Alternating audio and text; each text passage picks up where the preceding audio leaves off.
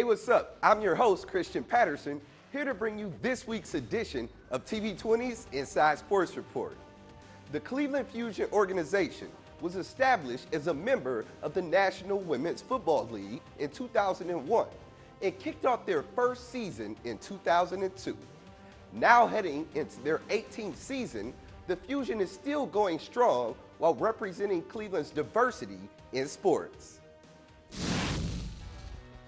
Well, the Cleveland Fusion is a great organization. I think it's really unique as far as bringing together women from all different backgrounds to play football. So not only is it a sport that we've been told for so long we can't play, so we're kind of breaking barriers in that regard, but really just the camaraderie that we have and the family that we've built, I think really shows Cleveland in a great light, and to have some wins for us this season is going to be great to bring home. I think it's wonderful. I mean, these women come out here and we got girls on our team that are seniors in high school to people that are in their 40s, and it's just giving them the opportunity to play a game that they don't typically normally get to play, and nobody even thinks they should be playing. You might see them play flag football or something like that, but you see so many more girls getting involved with football. It used to be once in a blue moon you see a girl. Now there's multiple teams with girls on the team. So I think it's wonderful. I mean, it's the sport is of all sports, it's one of these ones that's growing. I mean, it's growing around the country. You see more and more women wanting to play football, and it's just great. I mean, football is, everybody loves football, so in America. So I think it's really great that they're getting this opportunity. I grew up watching it with my dad and my brother. Every Saturday was college football. Every Sunday we grew up watching the Minnesota Vikings. I'm originally from Iowa, so we don't have our own team, but I always wanted to play and never had the opportunity. So once I met Coach Jackson and found out that women's football was a real legitimate sport that female can play and compete in, I was all on. When you're 23, 25, 30, 18, you still have in your mindset that football is only for men. So when we sit down and we meet these young ladies and we talk to them about all the opportunities that our league have and the opportunity that they can play football, that those dreams from when they had 16 years ago, 10 years ago, 5 years ago, that those dreams still can come true, that those dreams can actually be achieved. Women's sports in general has been kind of an uphill battle. We're struggling with equal pay, equal recognition in the media, all sorts of things. And so building the sports team up has been a challenge in that regard. But I think it's great to see the women out on the field, because when you see them play, it's like nothing I've ever seen before. Just from a position-wise, probably wide receiver and DB are probably the easiest ones to transition, because it's running routes, doing something precise, taking 3 steps, cutting in at an angle, things like that. I think they're real good at. And then just understanding what they should be doing on each play, being able to draw it up and then actually execute it. I think they're pretty good at. The hardest thing is probably just the upper body strength, so the line positions, being able to block is probably harder, but and tackle, same thing. There's not another sport out there like football where you're actually tackling somebody or actually coming up and hitting someone. So those are probably the hardest, but probably just like the running and the skill type positions are probably the easiest to transition. The Cleveland Fusion franchise is a family, and family sticks together. So it was a no-brainer for former player Martina Latessa to move into a coaching role after playing for numerous years.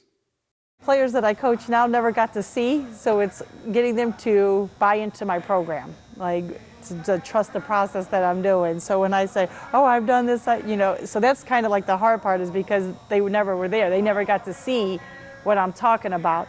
But it wasn't hard at all. I think that they'll bleed off hopefully on my passion and get them. And what I realized of being a female athlete and coaching female athletes, so I kind of have that edge on them, because these girls, you have to be there emotionally for them, psychologically, mentally. I mean, it's up and down. It is emotional. So not only am I like their coach, I want to be their big sister. I want to be their friend. I enjoy it so much. I grew up playing basketball, being part of a team since I was 8 years old, and you kind of lose that after you go to college and you graduate, and all of a sudden you're in the workforce, sitting in a cubicle every day.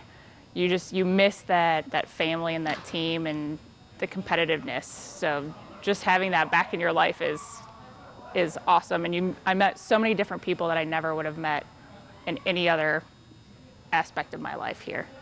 The Cleveland Fusion opened their season on the road in Pittsburgh against the Passion, and Clevelanders are very familiar with Pittsburgh when it comes to football. It's definitely a rivalry there. I mean, a lot of women go and watch the Cleveland Browns versus the Pittsburgh Steelers, even on both sides. So to be able to be a part of it, now to say, hey, we have a rivalry here of our own in women's football, it means a lot. I think we've got a lot more talent this year, a lot more commitment, and we're ready to, see where we are.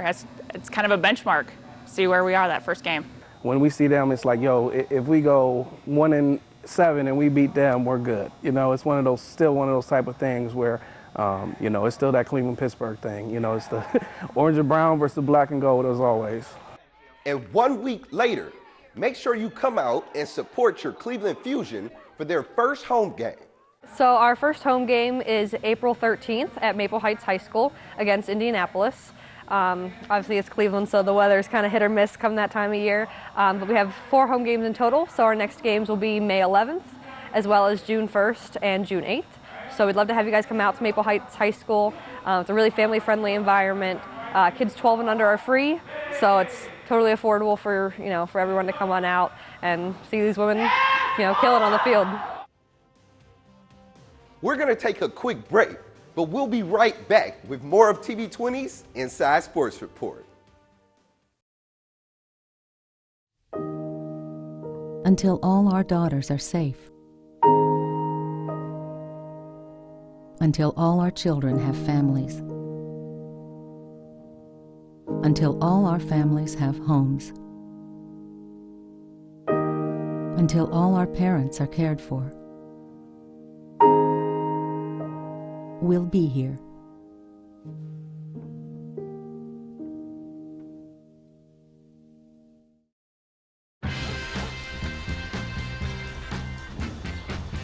When we adopt a shelter pet, we discover they're a unique mix of all kinds of things. Come on, Joe, spot on this last one. There it is.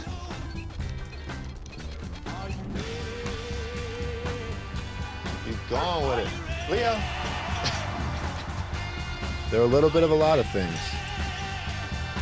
but they're all pure love.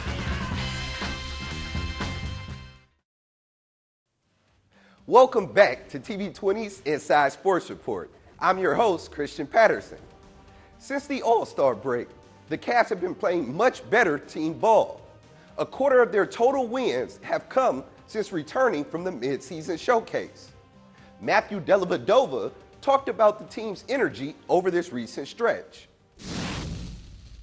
It's really positive. That's what we've been looking to do, is just continue to improve. And apart from the hiccup on Saturday, I think we've really improved both ends of the floor, offense and defense. And I think when we are getting good shots on offense and we can get back in transition, set our defense, we've been doing a good job of communicating and getting stops. So there's 18 games to go, so we want to continue to improve and see where we end up at the end of the year.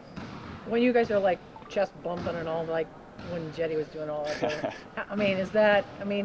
that's got to be infectious, kind of like, just seems like everybody's kind of clicking together now, or yeah, team coming together or whatever. Yeah, and I think since the All-Star break and since the trade deadline, I think it obviously helps everyone knowing they're going to be here for the rest of the season, and you can really build that chemistry and even just the rotations, knowing who we're playing with and what they like to do, getting that chemistry on both ends. But when we're moving the ball and getting stops, everyone's touching, everyone's feeling good, and obviously when you're winning, it's a lot more fun. So I think Sunday night was really enjoyable for everyone, and we want to keep playing hard and having fun the rest of the year.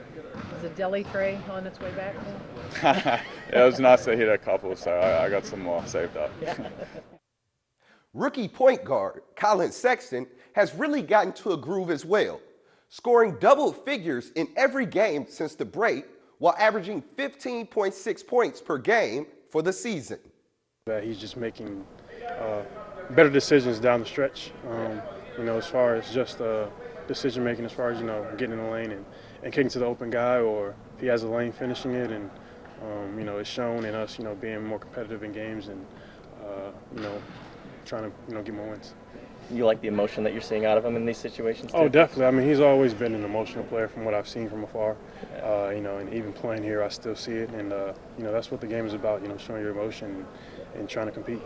I think it's just like he's shown he can do it, and he's been making some great plays lately. I think, you know, when he attacked the rim and he got that drop off to Larry the other day, that was really good, because it's tough to go in there and finish against the 7-footers. So I think he's making some good plays, and because teams are concerned and know, you know, he has such great speed to get in the lane and get downhill, they're really collapsing the paint on him. And I think the quicker he gets off it, and when he draws all that attention, that's when, you know, the passing lanes are open, and he's been doing a better job of getting it out to the shooters. You've been here a few months.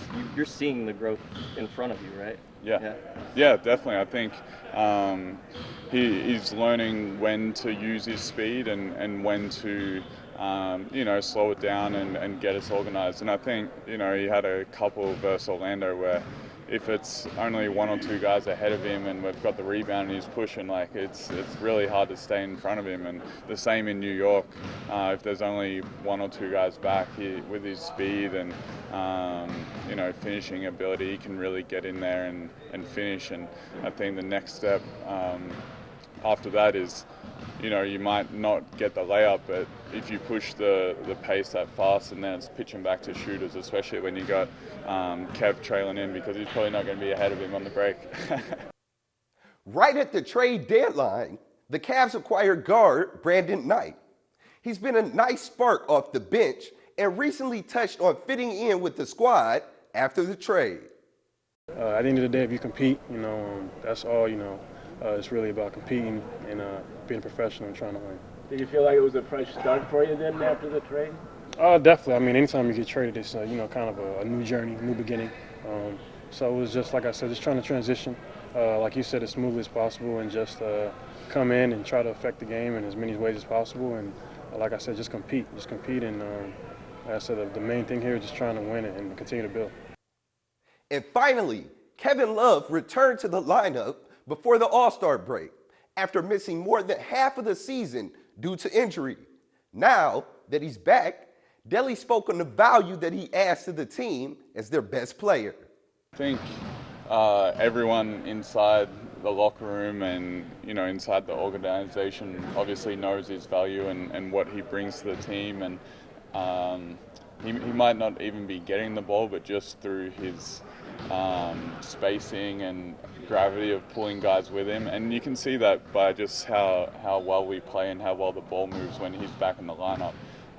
It just makes the game a lot easier because the defense is really concerned about him, and I think he's done a great job. He's a lot more vocal. I'd say that he's definitely grown a lot there, and he's doing a good job of talking to the younger guys. And you know, he's doing a great job of, like, if the shot's not there, he swings it, sets another pick and roll, or runs a dribble handoff. And I think he just makes the game easier for everyone to play. But I think everyone in the organization already knew his value, but you know, of outside people, they should see it. Thanks for watching the Inside Sports Report. If you would like to catch past episodes of the Inside Sports Report, Classic Sports, or any city championship games, head over to our TV20 YouTube channel and click on subscribe.